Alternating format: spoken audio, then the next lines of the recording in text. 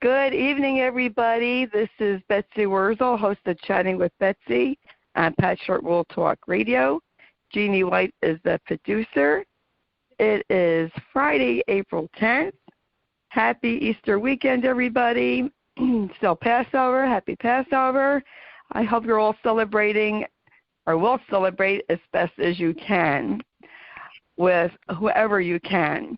I have my special guest on. We are kindred spirits. I want to welcome the fabulous Colleen Fisher. Hello. Hi, Colleen. Hi, Betsy. How are you? Oh, are you there? Yeah. Oh my goodness! I almost thought I had to hang up on my cheek. It went beep, and I'm like, oh wait a minute. I'm doing pretty good. We're going to talk about, the big thing now is social isolation. Something we've been talking about ever since we've known each other. And, here on Chatting with Betsy, I tell it like it is. And you're the same way. You tell it like it is. So I call these people whiners. They whine, oh, I can't go here, I can't go there. Well, to them, after this is over, it's temporary. To you, Colleen, you're a caregiver. It's not temporary to you. I mean, it is in a way because when, your mom goes, then you'll be free. But, right, you've been isolated. I was isolated to a certain extent. And now the world is getting to know what it's like to be isolated. Mm-hmm. And I have to laugh when someone sent me a link, and I did post it, that doctors are realizing, social isolation brings on depression and loneliness and isn't good for people. Well, hello, we as caregivers have been saying this. So, Colleen. We could have told them that 4, 5, 10 years ago. Yes, so please share with me your social isolation experience. Well, mine basically started when long before I became a caregiver. Mine started when I got sober. That's when people decided that, I wasn't the fun girl anymore, and, I would be dull and boring and, not too cool to hang out with. But then when I became a caregiver and started taking care of my mom, and my ex-husband wasn't thrilled with that, so, he filed for a divorce. So, after he left, it was just 10 times worse. Like, nobody calls, nobody visits. You can invite people over for dinner 100,000 times, and they're always, too busy, I got to work. Well, you make time for people. You make the time for people you want to make the time for. I, at one point, worked 18-hour days, sometimes 6 days a week, and if somebody meant something to me, I still made the time and the effort to see them. So for me, it's just excuses, And now with all the COVID-19 stuff going around, I'm seeing a lot of people complaining because, I can't go get my hair done, or, oh my goodness, I can't go tanning, and, I can't get my nails done because they closed the nail salons, and, I can't go to the bar for my birthday. Well, cry me a frickin' river, because this is the life I've lived for the last 10 years. That's right. I want to say, buckle up, Buttercup. It's going to be a bumpy ride. Exactly. That's right. As caregivers, and I was fortunate that I had Josh. But even with having Josh, and I was fortunate to work, I had to come right home after work. There was no going out after work. I had a plan going to get my hair done. I had to make sure Josh was home. And that was only every 6 weeks, and it had to be planned. We can't, as caregivers, just go out on a whim. And I get really, I just want to shake up some of these people and tell them to grow up. So you are maybe giving a little of a sacrifice. All you're asked to do is to stay home and don't go near people. But they don't understand that you and I, Colleen, and many, many thousands and thousands of others, we weren't given that choice. People abandon us.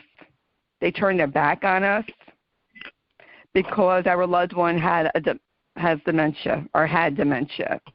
Yeah, and the worst. Oh, I'm sorry. Yeah, and we were isolated. But did anybody care about us? No. Oh, God, no. And the worst part about all of this is that when this is done and over with and it's all said and done, they're all they're all complaining because they have to spend a couple of weeks living the same life many caregivers have lived for years. And when all of this is all said and done, they're going to return to life as normal. But for us, this is normal. That's right. Absolutely right. And I will never forget what it was like. And I will always speak about what it was like. And I don't care, Colleen, if I sound like a broken record. You can come on my show anytime and speak about your experience. The world needs to know these. Well, here I go. I'm just going to let loose. These wimps, crybabies, need to wake up. I bet some of these crybabies, Colleen, know a caregiver. I bet their relatives or friends of a caregiver who they abandoned. But they don't care that you're socially isolated, that I was socially isolated, that thousands are socially isolated without a pandemic. Oh, and exactly. And this is what the world is just starting to see this now. And, my heart goes out to these senior citizens who can't even get to the senior centers because they're closed. Yep. And, they're complaining, oh, I can't go to the bar or I can't do this. You know what? I just have to say, grow up. This is a serious virus going on. Do your part to stay healthy and keep other people healthy. And, sometimes, Colleen, I get really mad because people have this sense of entitlement. And it's, me, and they don't think about anyone else. And my heart goes out to you and many others who are caregivers, whether they have a person at home with them or they are in a facility. It's hard. This COVID-19 makes it even harder to be a caregiver. Exactly. And as far as, personally, I think anybody who's complaining about this isolation and the social distancing right now are all a bunch of wimps. There are people that couldn't handle being a caregiver, because if you can't handle doing this for, a couple of weeks, 2 weeks, 3 weeks, however long it takes to get the situation under control, there's no way that you can do it for years. No way. Excuse me, that's right. And now maybe, go ahead, Colleen. When they go back to life as normal, we're still going to be the lonely, we're still going to be the depressed, we're still going to be the angry, we're still going to be the forgotten ones. They will resume their lives and we'll go back to being in the shadows. Yes. So I don't I don't feel sorry for anybody who has to social distance and social isolate right now. Welcome to my world. You're finally getting a taste of everything that I've been talking about for all these years, when I kept saying, I really want people to come see me. I'm bored. I'm lonely. I'm depressed. I'm angry. I'm suicidal, and it was like falling on deaf ears. It's like nobody cared. Well, now that you're finally getting a taste of what it's been like for me, you can't handle it. And I don't feel sorry for you. Amen, sister. This is why I love Colleen. Her and I are so much alike. Colleen speaks her truth, and I love her for it. That's right. Exactly right, Colleen, because the one thing I hope comes out of this pandemic is that people will have compassion and have empathy for caregivers. We've been speaking about this. I know I was speaking about this in my car 3 years ago, way before COVID-19, and about, caregivers and being isolated. And, it's just temporary for some of these people. Yep. But for us, and you're right. Could go on for, we don't know when our loved one's journey is going to come to an end. It could be a couple of weeks. It could be a couple of months. It could be a few more years. We just don't know. So when this is all said and done, some of us may still be dealing with this for another 10 years. Right. And hopefully after some of this, after some of this is all said and done and people are getting a good taste of what it's like to live this way, maybe it'll spark a fire under their butts to actually reach out to a caregiver and say, how are you today? Give them a phone call. Give them a text message. Stop by for a 10-minute visit. You don't have to make that much time out of your busy life or busy schedule to make someone's day. Stop over for 5 minutes just to pop your face in and give somebody a hug, even if you have to leave right away. It helps. That's right. And it's not rocket science, people. There is such a thing called the phone that you can pick up and press a button, or if you have the old-fashioned kind, and dial and talk. There's FaceTime. In this day and age of communication, there is no excuse why you can't communicate with a caregiver and reach out to a caregiver. There is a thing called mail, like actually, MAIL. You could send a card. You could send a gift card, a small gift, show appreciation to a caregiver. For me personally, I get a little tired of the only human interaction I get is with a 77-year-old woman who repeats the same conversations every day. I love my mom to death. I wouldn't give this up or trade this for anything in the world. But at the same time, I can only hear what's the day today so many times before I want to change conversations to something or with someone else. And, I get a little frustrated with having my only human contact outside of that, maybe my best friend, is on the Internet. I like to hear, the sound of people's voices. I like to look into their eyes when I'm talking to them. I like that human connection, and I think in today's world of Facebook and MySpace and all these other social media platforms, it's taken away the value of like real human connection. Absolutely. I absolutely agree. You see a family out to eat, and they're all on their phones instead of communicating with one another. And now I hope more families are communicating, especially if they live in the same house. And I think what you mentioned, Colleen, about, depression and feeling suicidal, and that is going to be on the rise with this pandemic because people are isolated, especially your elderly. But it doesn't have to be your elderly. It could be anyone at any age. And now people are just getting the idea, social isolation causes depression and suicide. Yes, it does. And caregivers battle depression. They sometimes battle suicidal thoughts, people. Here on Chatting with Betsy, I'm going to serve it straight up. I'm going to have guests on like Colleen that tell it like it is. This is the truth. And if you don't like it, well, you know what? That's too bad. The truth hurts.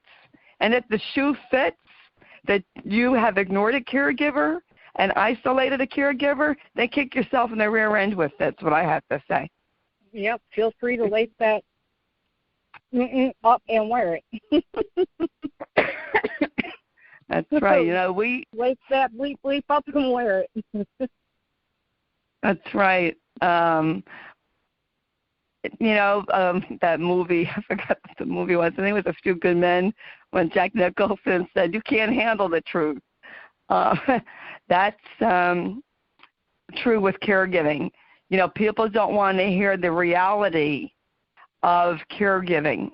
Well, that's just too bad, because here on Chatting with Betsy, that's what you're going to get. You're going to get the reality. I will never forget. My caregiving journey is over, but I will never forget what I went through with my mother-in-law, seeing my dad, and with my husband, and the social isolation, and your friends and family, and what's worse of all, your place of worship turning their back on you. I mean, that is just, I don't get it. Yeah, I don't either. I just don't get that. And we were talking, Colleen, I want you to tell the listeners, because people are going to be getting a stimulus check, and I want them to hear you of the unfairness it is to you that you won't get one, and why. Well, honestly, I've been seeing people on like Facebook and social media and stuff, all pumped up talking about the stimulus check and how president, and I don't talk politics, so I don't speak good or bad about our president one way or the other. But I hear these people talking about, oh, President Trump really cares about the American people. I mean, they're sending out a stimulus check to help us out. Well, no, they're only sending a stimulus check out to help the working class. People with disabled children that are being supported by their parents do not qualify for the stimulus check. People like myself do not qualify for the stimulus check. I was taking care of my mom in both 2018 and 2019 because she is an Alzheimer's patient, and for a very long time, I was her only care provider. You can't leave an Alzheimer's patient at home alone so you can go work. And if you don't have an income, especially if you're working like fast food where you're only making $8.50 an hour, that kind of stuff, there's no way that you can afford to hire in-home help so that you can go out and maintain your job and work and things like that. So I ended up quitting my job and giving up my income in order to stay home and provide care for my mom. So in 2018 and 2019, there was no income tax return to file because I was a stay-at-home caregiver. My mom does not qualify for the stimulus check because she is a senior citizen living at home with a child. So the people who are needing the help the worst are not getting the help. I understand that, unlike the working class, I might not have filed a tax return, but when you do the math, you're adding together 24 hours a day, 7 days a week, 365 days a year times 3 years. That's 1,083 960 hours of unpaid care. In order to get paid to be a care provider, your loved one has to qualify for Medicaid. So instead of the person doing the caregiving having Medicaid and having their insurance cover things like, like respite and, extra help, that kind of stuff, your loved one has to qualify for Medicaid. With my mom's income with her Social Security combined with the small widow's pension that she gets because my stepdad was military, that put her $100 above the cutoff line for Medicaid. So in order for her to get Medicaid, she'd have to pay $323 a month in cost share, which, you know, if I had an extra $323 a month to pay in cost share, I'd be able to afford to just get her, you know, private insurance. But because of that, she doesn't get Medicaid, which means I don't qualify for the program that pays me to be her care provider. So that leaves me ineligible for the stimulus check, and that makes my mom ineligible for the stimulus check. Wow, that is not fair at all. And in New Jersey, we had the same. You have to be on Medicaid. You have to show, you know, your assets. So my husband was never on Medicaid, so I couldn't be paid to be his caregiver, nor could I afford to hire someone to be a caregiver. And you know what, Colleen? People will say, oh, well, you know, we should save up for a rainy day and have at least 3 months emergency money. And, well, you know what? When you live check to check, you can't. You don't have it. And I know someone who told me her story. She was a car salesman making big money, lost it all. She went bankrupt, taking care of her husband at home who had Parkinson's and dementia. So even if you have a lot of money and you made good money, you go through that very quickly getting help for your loved one. People don't understand how costly and how expensive dementia care really is when, you know, you're getting, when you know, like, especially when they get, you know, further along in the disease and, you know, they can't, you have to get them specialized clothing and bed pads and pull-ups. Yes. And, you know, you're talking like the pull-up underwears are like $15 for 10 of them. You know, it's like, are you kidding me? That's ridiculous. And then thickeners for the liquids. That's not cheap. That's right. The dementia cost, you know, a bed alarm. My mom's bed alarm would have been, I actually managed to talk to the medical supply company. I managed to talk them into giving me something like a 10% discount or something like that. But just even with the discount, it was $109 for the bed pad, and then I had to get the box and the batteries and everything separately. So, you know, the stuff over the course of several years, it adds up. I had $10,000 saved in my account when my mom first came to live with me, and her Social Security was suspended, so that means I was paying for her medications, her clothes. She didn't have a lot of stuff when she came, so that's all gone. It's all gone now. You know, I had to buy her a new bed, and it's just... Yes, I know. No, there isn't. I know with Matt, when he started to wear the Depends, it was close to $20 that I was spending that a week. I mean, I used coupons if I saw it in the paper or had a coupon if on the CVS store. But it is costly. And the medications. And your mom is your mom on a Medicare prescription program, Colleen? Yeah, thankfully, thank God, she's on a Medicare prescription program, so she does get Part D. So I use, I know like some people don't like Walmart or whatever, but I use Walmart pharmacy simply because they are less expensive in price. I pay like $1.63, or I pay like $1.20 for generic, and like $3.80 or something like that for name brand. So her Advair inhalers for her COPD, which would cost roughly $1,000 for 3 of them, I end up actually paying like $3 and some change. Wow, that's good. Yeah. Well, that's good. Otherwise, Matt she would was never on. be able to get her. Yeah. I mean, people have to choose between medication and food or paying rent, and it's not right. It's not right that people have to divorce their spouses to protect assets or to get them help. That's a disgrace. That has to happen. It really is. And you know what? I have no problem saying how I feel. And me both. Girl, I tell you, I think I could sit here with you and do a 3-hour show just talking about the stuff that's messed up in her system that needs to change. Yes. Oh, yeah. And definitely. And people, you have to fight for your loved one. And Matt he had to change prescription programs. And so I got him on one that was better. I don't know if I can mention the name of it on here, but I got him on one that was better.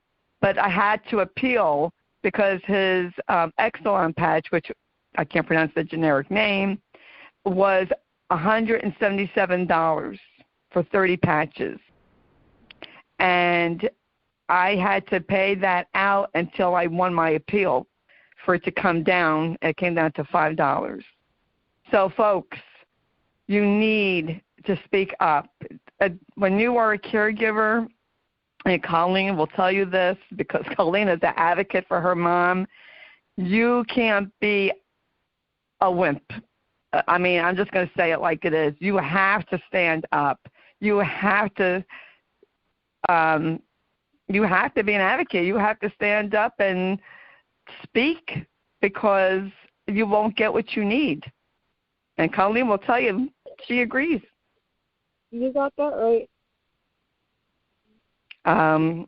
Together, Colleen, you and I could write a book. I have had to speak up, to attorneys and judges and police and all kinds of different people on her behalf. I had a judge try to court order her through 5 hours of mediation, and I ended up telling her attorney, I said, you go back and tell that judge, I don't care what the cost is to me. She ain't going to be there. I'm like, you're asking a dementia patient to sit through 5 hours of court-ordered mediation? Are you freaking kidding me? Yeah. I will go to bat up against anybody for her. Yes. Yeah. And Colleen, I love that about you because you are my kind of gal. That's how we just, clicked because I'm the same way with Matt. I was that way. You don't treat my husband in a disrespectful manner. And I told the social worker at the hospital, and I'm going to tell this to the listeners. I'm not a caregiver anymore, but, you caregivers going on your journey, don't take this crap. Don't take this crap of not being listened to.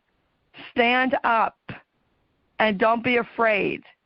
Don't let fear stop you from speaking up. Just know what you're talking about. Have your information, do your research, and then know what you're talking about when you talk to these people that are doctors and nurses and whoever else, because that way you will be informed.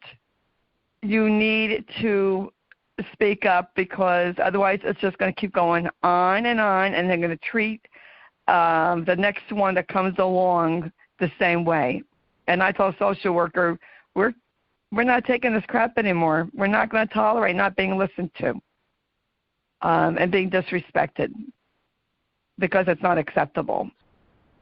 And as long as I have a breath in me, I will keep speaking up. And I don't care if I sound like a broken record every week or every day that I am alive. I am going to keep on speaking up for caregivers and raising awareness.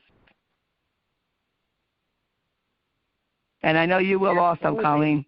Oh, absolutely. And I think more caregivers need to do the same because, so many caregivers, they complain about people don't understand and nobody gets it. Well, how the heck do you expect them to get it if you're not willing to take a stand, if you're not willing to speak up for yourself? Okay, so you're going to post something on Facebook that a friend or family member might not like, so put them in their frickin' place and tell them if you don't like it, get bent. You have that's what a lot of caregivers need to come to grips with and understand is that you have a voice, use it.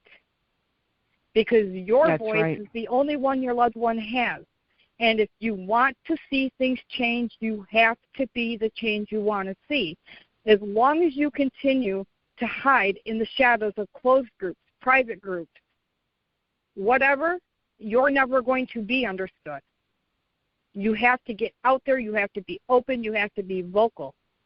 That is how any disease has gotten the awareness that it's gotten. It's because somebody took the time and had the guts to speak up about it, even in the face of adversity. And when they faced adversity, they told that adversity to get bent. That's right. My reaction to people when they tell me, oh, well, this is what you should be doing. Maybe you think you can do a better job? You're more than welcome to step in and take my place. But until that happens, you can go have a seat over there. That's right. That's right. Sit down and be quiet. Be part of the solution, not the problem. Absolutely. I absolutely agree. I mean, people, the ones who criticize the most do the least. Mm-hmm. They do the least. They just like to sit there and criticize. And I never had that problem with Matt because, it was just Josh and I. But if Josh, didn't live at home and he were to criticize me, I would say, here's your father. I'll put him right at your doorstep, and you take care of him. And then you let me know how easy it is. Exactly. Because, until you walk in another person's shoes, you don't know. As long as I am doing the work, I am providing the care, I will decide how that care is handled, and I will decide what is discussed between me and my loved one, and that's it. It's not your decision to make. That's right. Absolutely right. People, they're quick to judge when they don't know what the situation is or what they are talking about because they haven't lived with the person with dementia. And I'm sure you've heard of Colleen. I know I've heard it. Oh, they're thin. Aren't you feeding them? No, I'm starving them. I mean, really. Don't you feed Matt? And then pull it away and eat it myself quick. Yeah. Matt's getting thin. Yeah, thanks for pointing it out to me. Like I didn't know that his bones are sticking through. Oh, it could be because his brain is. It could be because his brain is dying and his body's shutting down. But hey, let's not think about that. Yeah. No. Yeah. I don't know. People are just not educated, and education is desperately lacking, as you know, Colleen, in the medical field, in the medical community. Yes, there are very good doctors and nurses, and I'm not saying there aren't, but it's been my experience that they need to be educated quite a bit more to handle people with dementia, to recognize end of life and recognize terminal agitation, not to mention some of the other things. Colleen, I love having you as a guest. Do you have any words of wisdom you would like to leave and how people could get in touch with you? People can get in touch with me either directly through my Facebook page. Colleen, if they type in Colleen Fisher, I'm usually the first one who pops up. Or they can join my public group, Alzheimer's /Dementia Caregiver. I'm tripping over my own tongue here. Alzheimer's /Dementia Support and Education Hub, public. And if they don't want to join the public group, they're more than welcome to join the closed group, or they can contact me through your group at #KickAlzheimer's Ass. And right. My words of wisdom would be that if you have learned or taken away anything from this pandemic at all, remember what it was like to feel socially isolated, not being able to see your friends, not being able to see your family, not being able to see your grandchildren, your children, your aunts, your uncles, whatever. Remember how that feels and understand and support that that is exactly the way a caregiver is feeling, and they're feeling that way for years on end. So take the time to reach out, because if you don't, you're a hypocrite for complaining about it. Amen, sister. I agree 100%. Complain about being in a situation you're leaving someone else in. That's right. Oh, I agree. I agree 100%, and that's true. And I really hope that this pandemic, people learn seriously to think outside of themselves, think about their relatives who are caregivers, those who are maybe in a facility, and reach out to a caregiver. Honor caregiver, folks. It doesn't take much. It really doesn't. We have the Kick Alzheimer's There Movement Store.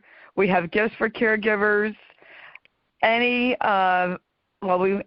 We really haven't reached our goal yet, but when we do, we want to give back to the caregiver, or we want to donate it to a charity that gives to caregivers. And, just be kind to another human being and stay safe and do your social distancing. But, there's still the phone. You could call up and say, hey, how you doing? I'm thinking of you. There's FaceTime. There's Skype. There's all kinds of things now that you can see somebody, over the phone. So please consider doing that. And I want to thank Colleen again for coming on, and you're welcome back anytime. And I want to thank Jeanne White for writing the blog. Please read it. It's got a lot of information on there. And listen to this audio cast. Share it with your friends. I really don't care if I offend anybody. I really don't. I will speak the truth regardless. And I want to thank everyone for listening. Thank you all for keeping us safe, the nurses, doctors, and many, many others out there. And have a happy and blessed holiday. And celebrate however you can. And until I see you again, bye-bye. Be blessed. This is Betsy Wurzel, host of Chatting with Betsy and Pastor World Talk Radio. Bye-bye.